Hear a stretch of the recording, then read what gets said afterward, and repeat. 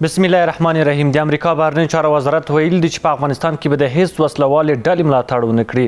د امریکا د بهرنیو چارو وزارت ویان میټو میلر د فاکس نیوز خبري اژانس سره په مرکه کې ویل دي چې افغانانو په تیرو 40 کلونو کې د سخت جګړو له امله دغه هیواد سخت ځپل شوی دی، وګړي سخت زیانمن شوي دي او هیڅ کله په هیڅ صورت سره به امریکا یا واشنګټن هڅه ونه کړي چې په دغه هیواد کې به د کومې وسلوالې ډلې ملاتړ وکړي.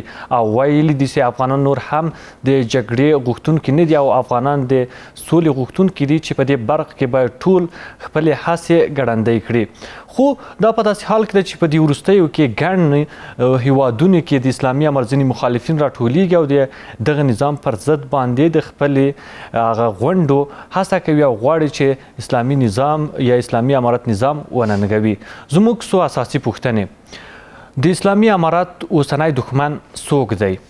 آیا اسلامي امارت د ملت غوښتنې ته رجوع کړې ده تر څو د اسلامي امارت بدیل حکومت پیدا نشي؟ آیا اسلامي امارت به د وسلوالو ډلو پر وړاندې څه ډول مبارزه کړې او په دې برخه کې دوی څومره بریالي شوي دي؟ سلامونه، وخت مو بخیر. زه شاغه سادات یم، تاسو ته محراق وړاندې کوم. په دې ټول مسایلو به سره ډېر بحث وکړي. دوه تنه قدرمن میلمانه هر یو په سټوډیو کې استاد جاوید مومن صاحب او د سیاسي چارو کارپو او د نړیوالو اړیکو کارپو د سکایپ پر کرښه را سره فضل هادي وزین صاحب. درنو میلمانو کور محبت سے بحث کې مو سره برخه اخیستې. ښه ډاکټر صاحب، استاد تاسو به د بهرنیو چارو وزارت د امریکا هغه مرکه لیدلې وي یا به لوستلې وي، هغې کې ویل دي چې هیڅ صورت سره به نور موږ هڅه نه کوو چې په افغانستان کې د کوم وسلوالې ډلې ملاتړ وکړو. دې څخه موخه او هدف څه کیدلی شي؟ آیا د اسلامي امارت بدیل نظام شته او که نه؟ بسم الله الرحمن الرحیم.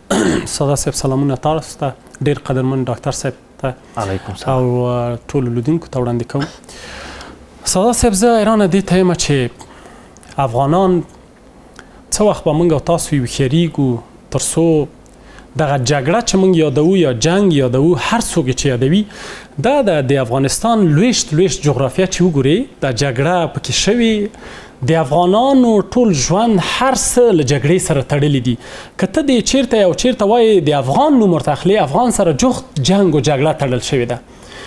ماشوم مو په ډزو پیدا کیږي، په ډزو وژل کیږي، په ډزو په جنګ کې رالوی شولو، په ډزو په جنګ کې نسلونه مو په همدې جنګ کې رالوی شول، نسلونه له منځه لاړل. زه دا وایم چې ولې د جګړې پر ځای د خبرو اترو هنر، ډیپلوماټیک اصول چې ورته وایو، یو بل منل، د دې لپاره کار نه کوو چې همیش که قدرت ترلاسه کوو دا په جنګ را ترلاسه کوو، په جګړې ترلاسه کوو، په زور ترلاسه کوو. که چیرته د خپل سیاسي هغه کوم جوړښت چې ده، ایډیالوژي چې ده، فکر چې ده، که هغه یې په ملت باندې منو، په زور یې پې منو، په جنګ یې پې منو، هیڅ کله وخت مونږ په دې نه یو توانېدلو چې د خبرو اترو هنر را پیدا کړو، مسله مو د خبرو له لارې حل کړو، مسله مو د یو روغ جوړې له لارې حل کړو. دغه فرهنګ له منځه تللی ده. یوازې هر کار چې کوو جنګ، هر کار چې کوو جګړه. دا جګړې موږ ته څه تر لاسه راوړي؟ دا جګړې نه څه ترلاسه کړي؟ دا 4 لسیزې چې موږ جګړه په افغانستان کې تیر کړي، غیر له ویجاړۍ، د افغانستان بربادي، افغانستان کې وژل، کډوالۍ او بل اخره نور بدبختۍ ورسره تړلي. په میلیونونو افغانان مو له لاسه ورکړه په دې جګړې کې. کونډې او یتیمان له دې جګړې موږ ته پاتې سو. په میلیونونو افغانان نن په بهر هیوادونو کې، په پاکستان او په ایران کې کډواله سوي. باور په خدای وکړي د دې جګړې تاسو یو میراث وګورئ. اوس په پاکستان او په ایران کې یو مثال ورکوم. دغه کډوال وګورئ نن په څه حال ده. دا ځوان په ایران کې وهل کیږي، بې عزته کیږي، په پاکستان کې وهل کیږي، بې عزته کیږي. دا د چا له لاسه شوي؟ دا د هغه کسانو له لاسه شوي چې په افغانستان کې د 4 لسیزې، د 15 لسیزې جګړه یې ګرمه ساتلې وله. دا جګړې خو نور موږ ته څه را نه وړل، غیر له بدبختي نه، غیر له تباهي نه دا یې راوړل. اوس هم افغانان، زه دې ته حیرانه پاتې یم. اوس که دا احمد مسعود ده، که هر بلا ده، که هر بل څوک ده، دا د جګړې آوازونه، د جګړې ډولونه چې وهي، د جګړې له درد نه دوی خبر دي چې دا جګړه څومره قیمت، څومره بیه لري. دا جګړې نه خو زه خبر یم چې پلار مې له لاسه ورکړی، ورور مې له لاسه په دې جګړې کې ورکړی، اوس بېکاره په افغانستان کې ګرځم، له تباهي سره مخامخ یم. دا جګړه خو درد زه ګورم. جګړه خو احمد مسعود چیرته ګوري؟ خو په پاریس کې ګرځي او په لندن کې ګرځي او جګړې نه هغه ځای نه چیغې وهي. جګړه په معنا د جګړې درد هغه پیږي چې نن دلته درد ګوري. نن که په پنجشیر کې ده پنجشیری ځوان ده، که تخاری ځوان ده، که بدخشانی ځوان ده، که قنداری ځوان ده، که هلمندی ځوان ده، که د ننګرهاری ځوان ده، که بر هر یو ځوان ده. جګړه خو هغه ته بیه ګرانه ده چې جګړې هغه ته څه بدبختي راوستې دي. نن میوبان لرو، نن کونډې لرو. تر کله به دغه جګړه زه وایم په لاره اچولې مي او د جګړې له لارې باندې دا غږونه پورته کوو؟ زه هیڅ د جګړې طرفدار نه یم، ولې د دې طرفدار نه یم چې یو بل منلو فرهنګ په لاره وانچوو. باید یو بل منلو ته کار وکړو، باید د دې لپاره کار وکړو، وحدت یووالي ته کار وکړو، باید د خپل علمیت ته کار وکړو. ګورئ دغه سره له ټول چې ما ویلې چې دغه جګړه مو فرهنګ ګرځېدلی. ولې ګرځېدلی؟ حتی په هیوادونو نورو هیوادونو کې جګړې لپاره کار کوو. د څه لپاره؟ د علمیت نه لاره ډېر وروسته پاتې یو، بېسواده یاستو، بېسوادۍ کچه موټې. هر یو مو چې توپک په دا اوږه مو کیدو بس هغه توپک موږ سره ډز ډز وطن هم یې جوړوو، خپل افغان هم وژنو، کونډ هم له موږه پاتې سي، یتیم هم له موږه پاتې سي. ولې پاتې کېږي؟ ولې دا توپک نن ما په غاړه ده، سبا یې تا په غاړه ده. د دې لپاره چې دې پختګۍ ته نه یو رسېدلي. دا جګړه به تر کله وخت پر مخ وړو؟ خو راځه د جګړې پر ځای د خبرو اترونه دا دواړه لوري پورې تړاو لري. سادات صاحب دا یوازې په دې پورې نه چې هغه مخالف د ناز ده، دا موږ پورې تړاو لرو چې څنګه کولی شو چې هغه جګړه ماران هم خپل پر ځای کېنوو. خو نن امریکا غږ وکړه، صحیح ده، امریکا وایي چې زه د جګړې طرفداره نه یم. خدای دې خیر درکړي، دا 20 کاله د جګړه ولې خی پر مخ وړله په افغانستان کې. خو دا ته چې نن وایې د جګړې طرفدار نه یم، خو سبا حتما ته به د جګړې ملاتړ کوې. ولې؟ د دې لپاره چې نن د دې هغه د امریکا ګټې دلته نشته چې دا غږ کوي.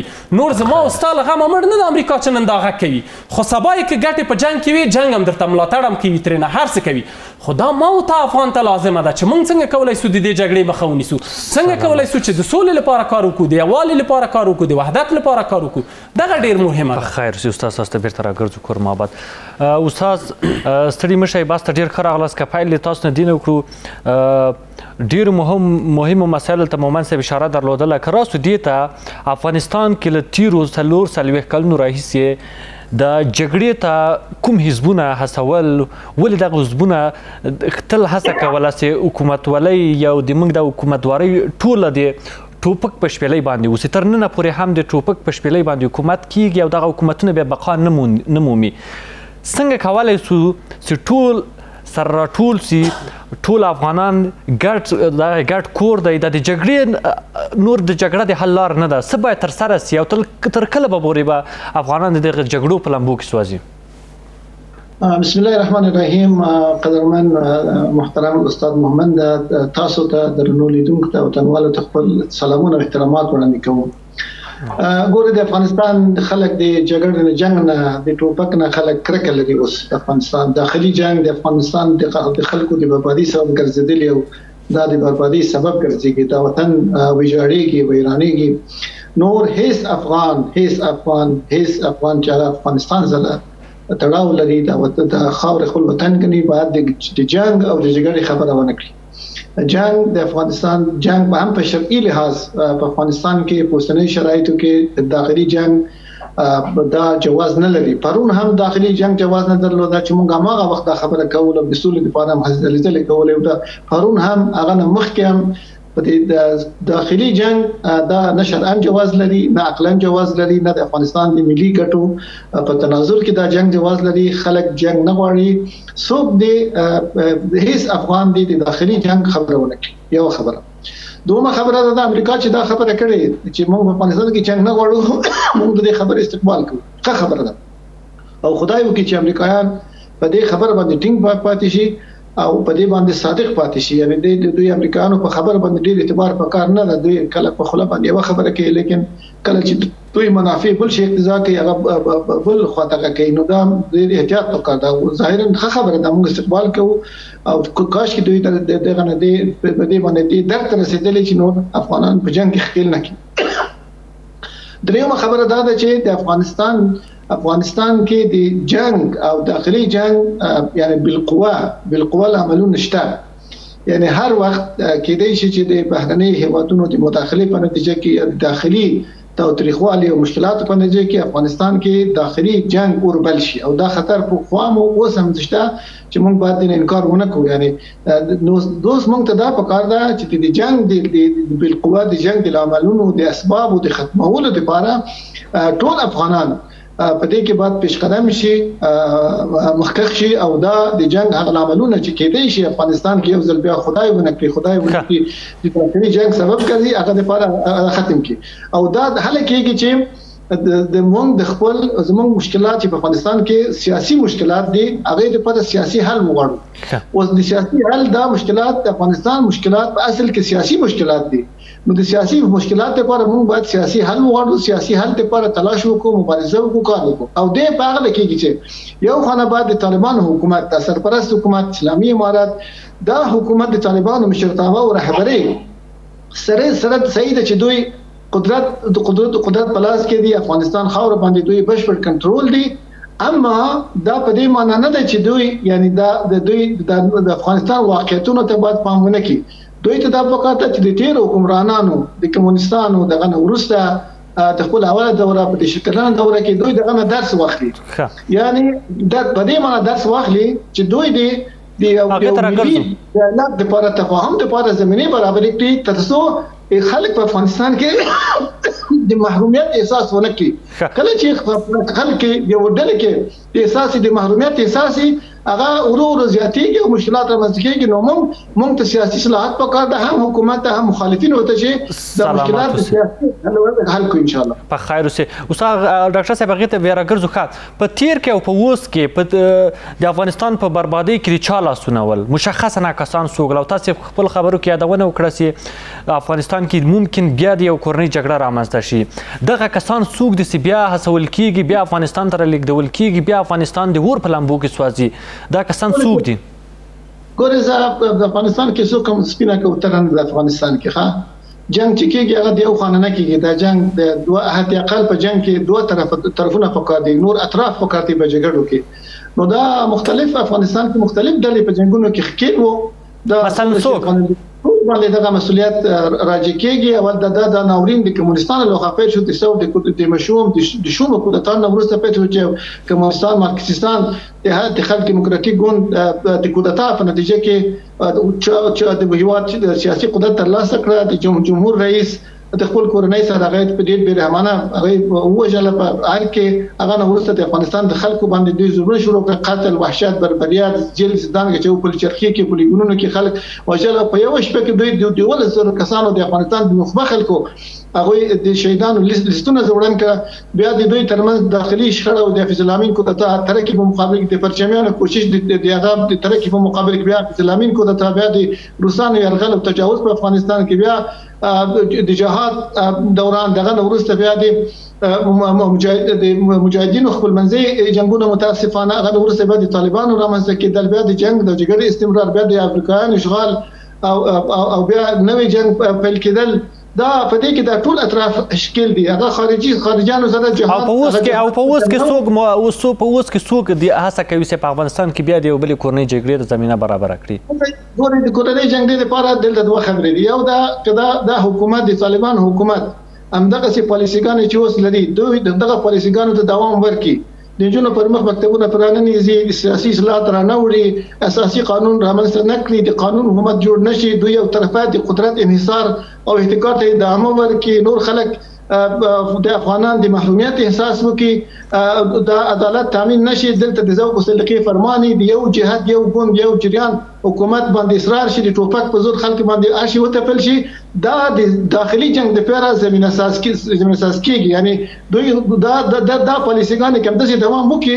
زمونږ د تیر تاریخ ته خودل چې دغه پالیسيګان مو باندې دروازه سه بل طرف نه هغه خلک چې هغه په افغانستان کې اجازه راکړئ دا تکمیل کوم اجازه راکړئ لطفا مهرباني بل طرف نه هغه جهاتونه چې دوی په قدرت کې او په شلو کال کې هغه به تغواړي چې څنګه بیا قدرت ته ورسیږي د خپل د فساد هغه بیا دورې ته د دوام ورکړي نو ټول افغانانو ته پکار ده چې دین درس واخلي او د جنگ هغه بالقوه العملونه چې د جنگ سبب ګرځي د خارجي مداخله اسلامل ګرځي دغه شان کې او دروازې ورته بند کړي سلامات اوسئ ډاکټر صاحب عزتمند لیدونکو هم زه ولاندې د میتله د وروسته هم بحث دوام لري ملتیا مو کړئ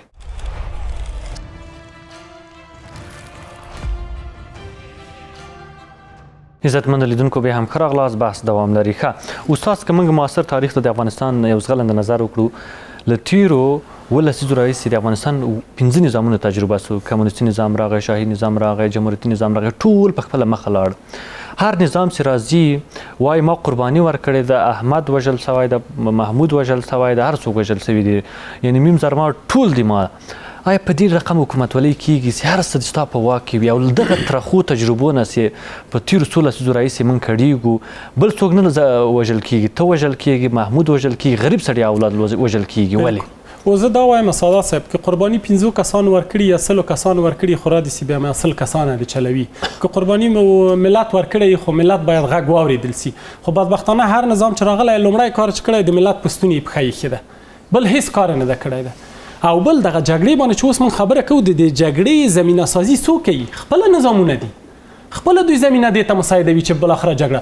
اوس زه یو خبره کوم دا اوس څوک جګړه غواړي خو د دوی بګراونډونه وګوره، د دوی پلارونه څه کارول، څومره کسان یې ووژل.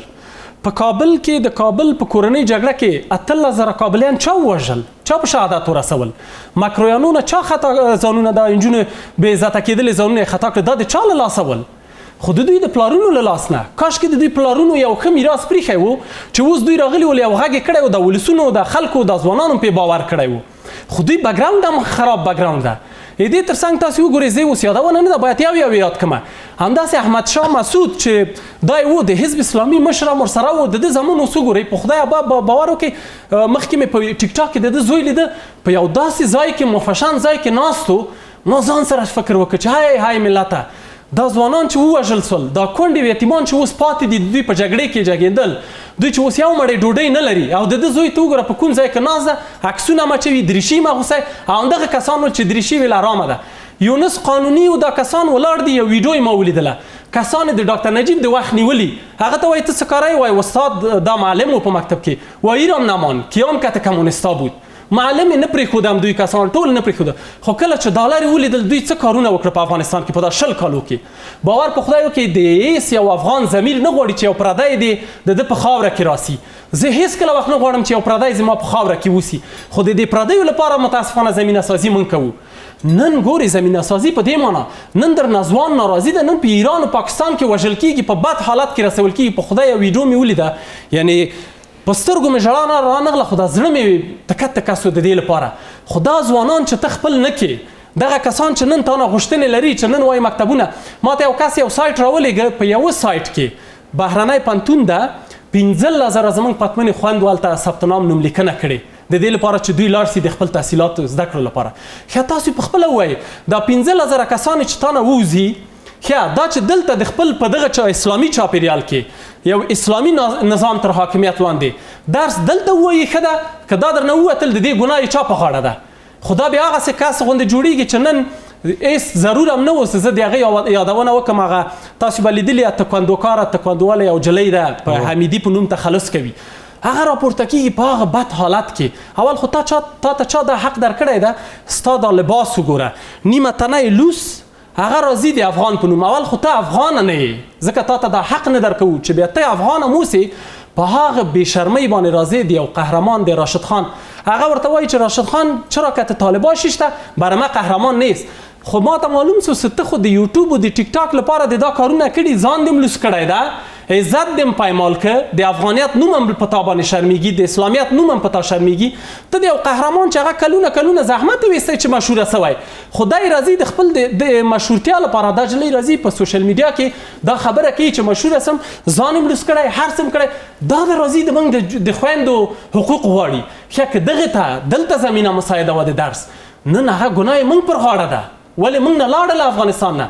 نن لوسه لپړه هلته ناسته ده، تا ته وایي چې د مکتب د خوند، زه د مکتب او د پنتون حق چې غواړم، زه په تا باندې نه غواړم چې ته لوسه یې، او نه په هغه فرهنګ باندې زه دلته مکتب او پنتون خلاصېدل غواړم. زه هغه خور چې هغه په حجاب ده، په پتمنه خوینده ده، خور مې ده دلته پاتې ده، زه هغه څه چې هغه غواړي هغه یې غواړم درنه. دغسې کسان دي ساده صاحب زمینه یې دې ته مساعده کړې ده چې دوی زمونږ او تاسو خویندې زمونږ او تاسو کورنۍ له دې نه کډوالې سي په لیاز د خدای نور دا مه مساعدوئ زمینه دې ته چې له موږ نه کډوال سي او دا ځوانانو دا خویندې زمونږ لاړې سي دې ځای نه دا ډېر عظیم ګناه ده چې دلته د خپل اسلامي چاپېریال خوشي کړي او هلته بیا سرلوسي درس ووایي هغه ډېره ګناه ده د هغه مسؤلیت هم زمونږ په غاړه ده نو د دې لپاره وایم دا جګړې چې چغې وهي سادات صاحب دوی موږ ته معلوم دي دوی د خپل د شخصي ګټو لپاره جګړه غواړي هیڅ یو افغان جګړه نه غواړي نن ته جګړه غواړي مقاومت چاته کوم ځای نه مقاومت فرانسې نه مقاومت غواړي لندن نه مقاومت غواړي تاجکستان نه مقاومت غواړي دلته د افغانانو پر جګړې کې ورکوي ځوانان د موږ او تاسو په وژلو کې ورکوي کله چې ښه دا ووژل سول بیا راځي وایي چې موږ خو غټه قرباني ورکړې ده بیا همدغه څو کسان دي محدود څو کسان په قدرت کې همدا راځي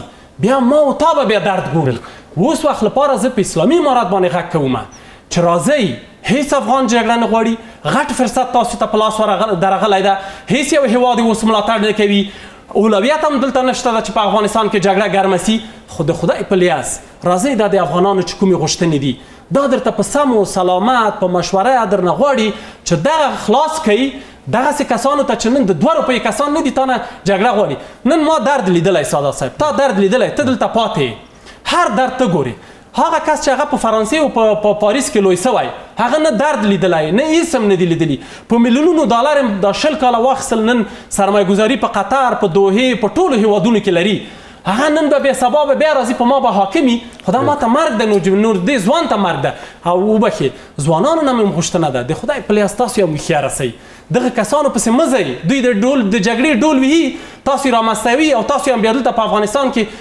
جګړه غواړئ هېڅکله وخت د دوی په خبره لاړ نه سئ وروسته له دې یوازینی کار وحدت یووالي ته کار دی وحدت و یووالي ته یوازې په ما نه کیږي نه په نظام باندې کیږي په ګډه سره باید وحدت و یووالي لپاره کار وکړي تر څو خدای مکړه چې افغانستان بیا جګړې خوا لاړ نه سي استاد که موږ ګورو د افغانستان تیرو جهادي رهبران زمن لکه تاسو یادونه وکړه ښه فوقالعاده ژوند لري هر څه یې مهیا دي ورته د دغه ډول احتمالي ډلو د رامنځته کېدو او افغانانو چې ملاتړ ترلاسه نه کړي تر ډیره پورې حکومتونه که موږ ګورو په افغانستان کې د ملت غوښتنو ته رجوع نه ده کړې مثلا ځکه سبا ته ازادي ونه لرم په یو چارواکي باندې نیوکه ونه لرم زه به څنګه بیا په دې هېواد کې پاتې شم همداسې نور ځوانان دي او د ترخو تجربو نه موږ ګټه اخیستې او که نه په لنډو کې په هیڅ صورت سادات صاحب په هیڅ صورت هم دا تجربه نه ده اخیستې ای کاش دغه تجربه هم اخیستې وه او موږ سر ګریوان ته ټیټ کړی و او موږ دا تیر تاریخ لیدلی و چې موږ ولس سره د تیر نظامونو څه وکړه او ولې دا نظامونه وشړېدل ولې دا نظامونه له منځه لاړل ولې دې نظامونو ثبات پیدا نه کړه باور په خدای وکړئ دا نن وخت دی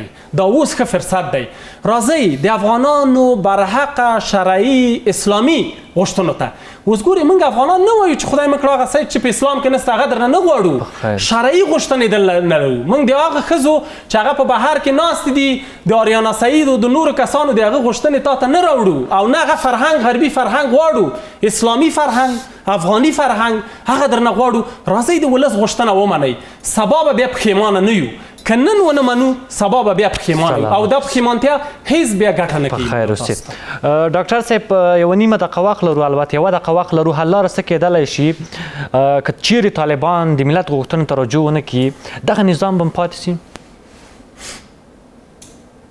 دغه فرصتونو استفاده وکړي مغرور نشي د دوی د هیواد ته د اساسي قانون ته زمینه برابره کړي هغه اساسي قانون چې د خلکو د ولسونو د غوښتنو د افغانستان د واقعیتونو هنداره وسیږي د قانون په چوکاټ کې دولت جوړ شي دولت په چوکاټ کې حکومت دولت نور ارکان رامنځته شي جوابدeh او مسؤل حکومت رامنځته شي دا د موقت حکومت سرپرست حکومت باید پای ته ورسیږي دلته د فرمانونو د حکومت سره حکومت ختم شي د انحصار او احتکار بس پروسه ختم شي خلکو ته ولسونو ته واک ورکړي چې خپل سرنوشت ټاکلو لپاره به کار وکړي منتخب حکومت د خلکو په خوښه حکومت رامنځته شي او د طالبان د په زور قدرت پاک ته رسیدلې دي کله یو داسې احتکار دوام ورکړي دا په دې معنی ده چې موږ په زور تر غلي او کته سم زور لري نو راشي تاسو هم قدرت ترلاسه کړئ دا د جنگ لپاره دعوت ده دا وړاندې چې په ملي مشترکاتو باندې چې هغه د ټول افغانانو لپاره د اختلاف پړنه هغه باندې ټول افغانستان سره راټول شي او موږ افغانستان ټول سیاسي ثبات خواته سوق ترڅو د فرصتونو چې اوس لرو دا لاسه ورنکړو افغانستان ثبات خاطر سوق ان شاء الله. سلامت اوسئ ډاکټر صاحب. استاد کورم آباد چراغ اسلامي امارت مهم وړاندیزونه درلودل. عزتمن لیدونکو بس ما همدلته پای ته ورسېد. در بل خبرونه ستاسو په حضور کې حاضرېږو په لوی واحد رم وسپارو. لوی الله مو مل شه د یو ښه افغانستان په هیله. له لیدلو مو مننه.